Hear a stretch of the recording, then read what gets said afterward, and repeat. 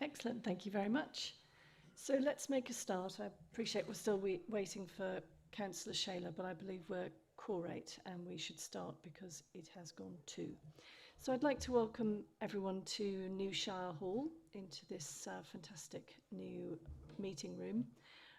Just to be aware that this meeting is being live streamed and a recording will be available to view on the County Council's website. I'm told there's no fire alarm today, so if you're scheduled to be tested today, so if you do hear an alarm, please go to the nearest exits and assemble in the car park. So we have one apology for absence. Yeah, we've received apologies from Councillor Reynolds. Councillor Ambrose Smith is substituting. Thank you very much. Does any member wish to declare any disclosable pecuniary interest or non-statutory disclosable interest? No, thank you very much. We're being asked, first of all, to approve the minutes of the meeting on the 24th of August as a correct record. Can I ask any member who does not agree with this proposal, please, to raise their hand? I see no hands, so as there are no objections, we will approve the minutes as a correct record, and that is carried. And on that basis, I'll sign the minutes. So we have one item of business, and I would like to ask the Assistant Director to introduce this report, the updated Respect at Work policy, which has been brought back because of a commitment made by the Chief Executive to do further updating on this very important policy. And perhaps initially you could give a little update on the matter that we discussed last time. Thank you. Yes, I think just before the meeting started, I was just explaining to Councillor Murphy that we thought it might be useful to just give you a very brief update on the timeline that we're looking forward now on the matter of the Chief Exec appointment. And just to remind members that the advert is now open and live, and Penna, the Executive Search Agency, are working hard and will be keeping us appraised of the number of applications as they come in. But the timeline that we're looking forward to now is to move towards an appointment towards the end of October, a selection process, the end of October, and committee on the 5th of November, hopefully. So it's just to give you a very brief update on that, and then I'll move into the report, if that's okay. So as Councillor Murphy's just explained, there was a commitment earlier on this year from our Chief Executive, Gillian Beasley, to the Audit Committee to review and update Staffing and Appeals Committee later in the year on our activity around reviewing our Respect at Work policy, and also all our policies and procedures in relation to violence and aggression experienced at work. So to just go through the Respect at Work policy first, as set out in the report, we first introduced this in 2018. It was a rewrite really of what had been a more traditional, if you like, bullying and harassment process that had been in place for a number of years. And Gillian led a series of focus groups with our all staff and trade union colleagues to reconfigure that policy and make sure it was more accessible to everybody, really, in the hope that people would start to raise matters that were concerning them more swiftly, because we know that obviously when issues arise, it tends to be much better if they're resolved quickly. So the policy itself sets out very clearly that we all have a part to play in making sure that we've got a culture of respect across the organisation, and it defines the behaviour that is expected from everyone. It also recognises that people sometimes need to talk to somebody informally in some cases, so we set in place what have been called respect at work contacts, and those are a group of people who have been specifically trained to talk with anyone that feels they're experiencing or indeed have witnessed some unacceptable behaviours in the workplace, and that has proved to be well received, and it's something that we're looking to expand on going forwards. The most recent update set out in 2.5 has really been to emphasise, this is the third iteration of that policy, I should say, since we introduced it. We have taken feedback as as the process has been embedded, and this is our third iteration of it. And this now is really much more clear about the zero tolerance approach to unacceptable behaviour, because the feedback we were getting was that needed to be more explicit. And we've also put a much greater emphasis on discrimination and victimisation, as well as again, some of the feedback that we'd received was that wasn't sufficiently well addressed. Also, we found in talking to people that they weren't always clear that what they were experiencing was in fact inappropriate behaviour. Some people were tolerating things that they simply oughtn't to have, and that shouldn't be happening to them at work. So we were keen to really address that. Moving to 2.9, we've also set out in the new version of the process what the routes should be where people are perhaps concerned about some behaviours they've experienced from whether it be service users or members of the public or elected members, because there wasn't that linking of the two protocols previously. So the document now is very clear and explicit that there is a member code of conduct, and if they have any concerns about their relationship with an elected member, what they should do about it. It sets that out clearly, the escalation route through their chief officer or ultimately to the monitoring officer. I think we are very, very clear about the effectiveness. This policy will only really come to fruition if people are aware of it, of course, and feel confident in it. So we are in the process of trying to get a launch in the early part of October of a new communication campaign to promote the updated policy.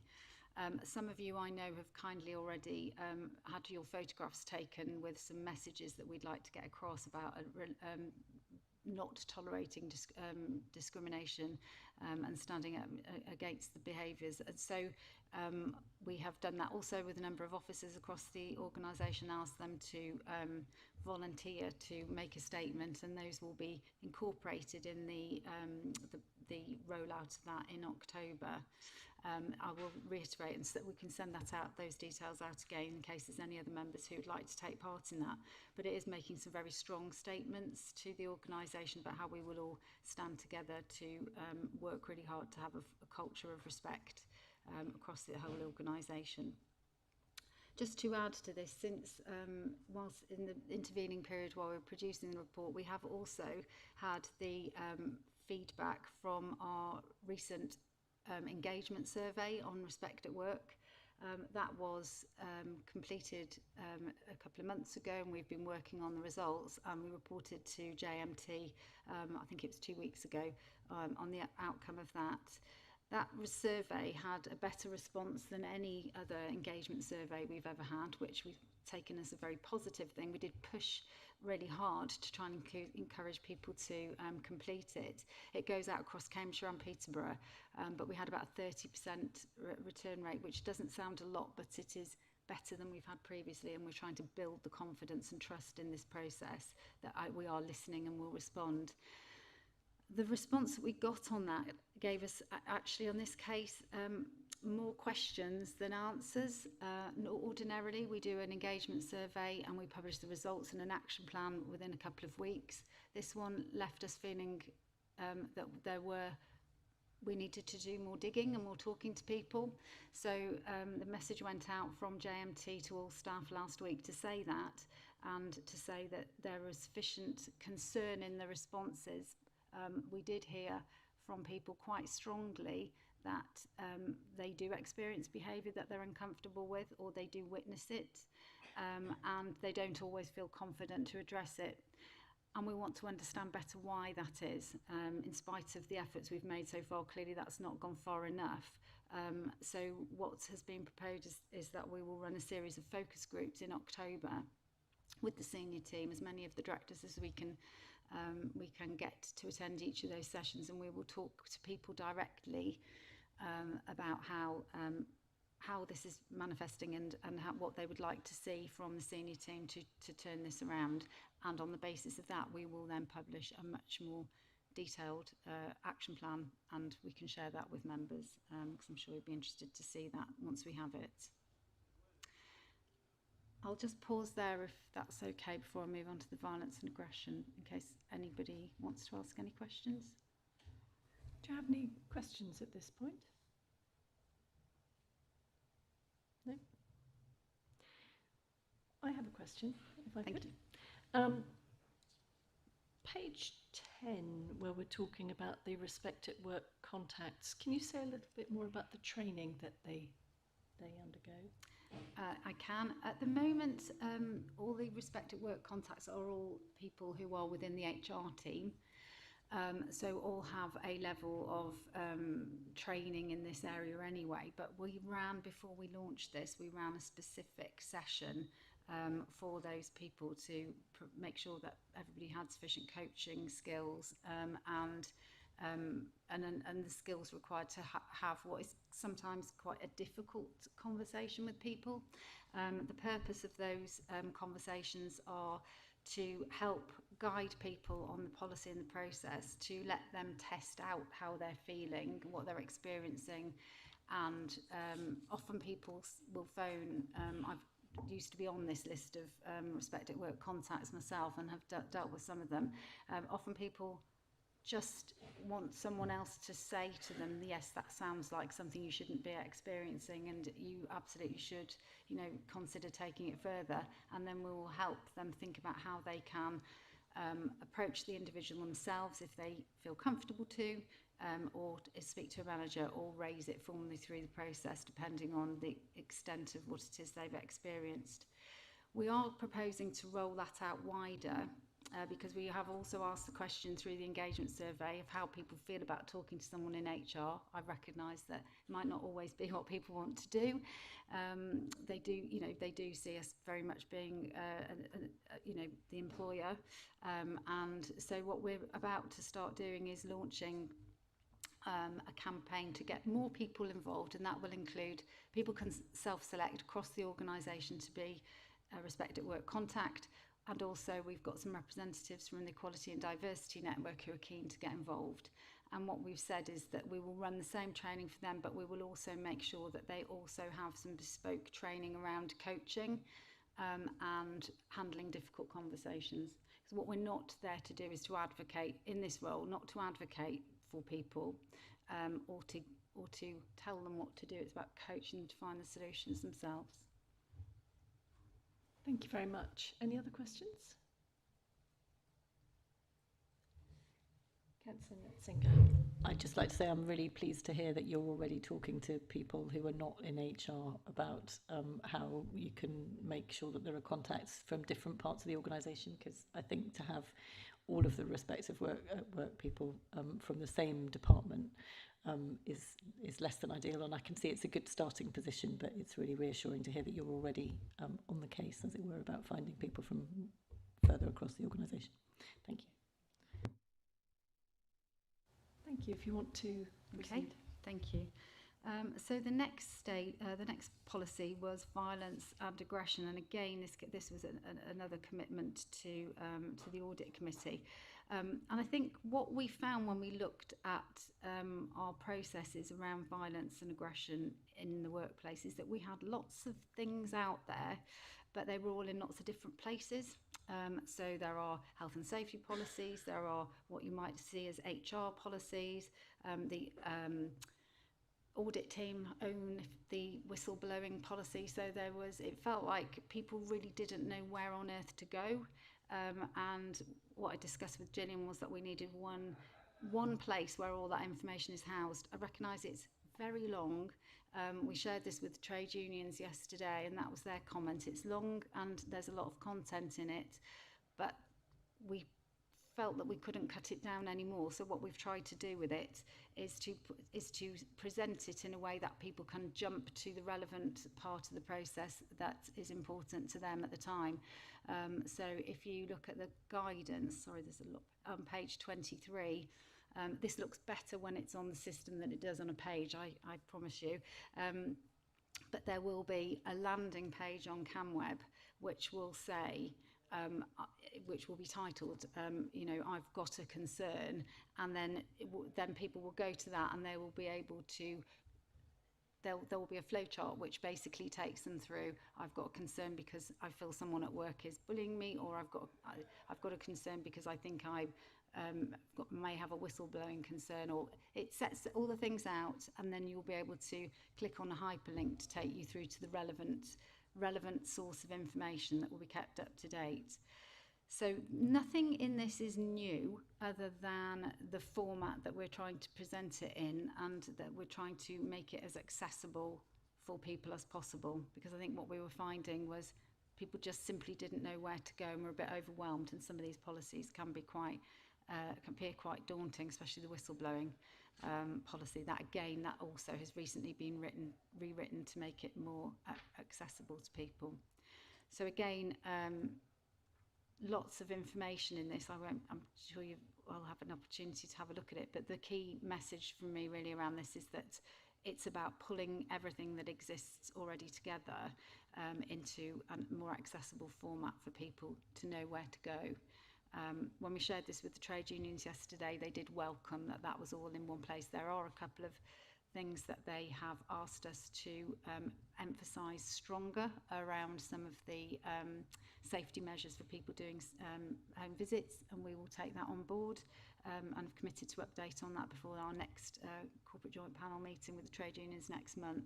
But other than that, they also welcomed the fact that this will hopefully enable people to feel less overwhelmed by where to start, and they can access the information directly. Thank you very much. Any questions on that part of it?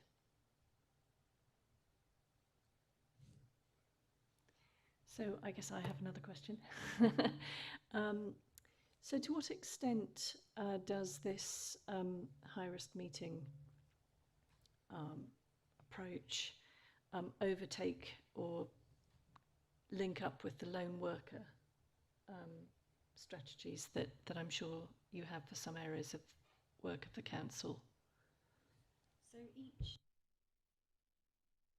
So where we have roles where there will be lone working or where people are having contact with service users where there could be potentially difficult situations, we have a role-specific risk assessment for those roles. So there will be, for social workers for instance, there will be a generic risk assessment for a particular team that will include things around lone working arrangements and safety arrangements that we put in place.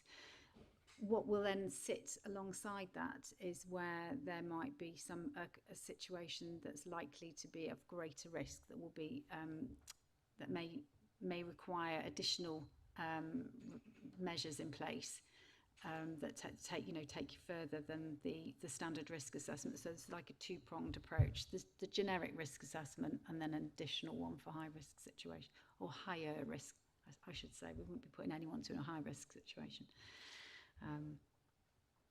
Does that answer your question? Thank you. No, that's very helpful. Have other people got questions at this point? I suppose I have one further question, which is about members, actually, because quite often we go into situations which I guess you could consider high risk, and I suppose, should we be following this policy, or are we just on our own in that respect? No, absolutely not on your own. So yes, you should be aware of this. And one of the things that I've been talking to the health and safety team about is that I think they're running a session. It might even be very, very soon for members on, well, it's called a health and safety. So I did ask them to change the title of it because it is very specifically, it's not health and safety, it's very specifically about personal safety. So we'd run those all the time for staff in place and economy and in people and communities, but they have put together a specific version for members. And we'll take you through all the policies that apply and some practical, there's some really practical hints and tips in there about being safe when you're out in the communities yourselves. Thank you. I think I'll double check when that date is and make sure you're aware. Thank you. Personally, I think that would be a really helpful thing for all members to have, because we all get invited to things, go into situations where we're not entirely sure where we're going, but we feel we have to do it. And it would be quite helpful to have some sort of guidance. Yes. Thank you, Chair. That's it. No, I think you're right on that, to bring up the fact about guidance for ourselves.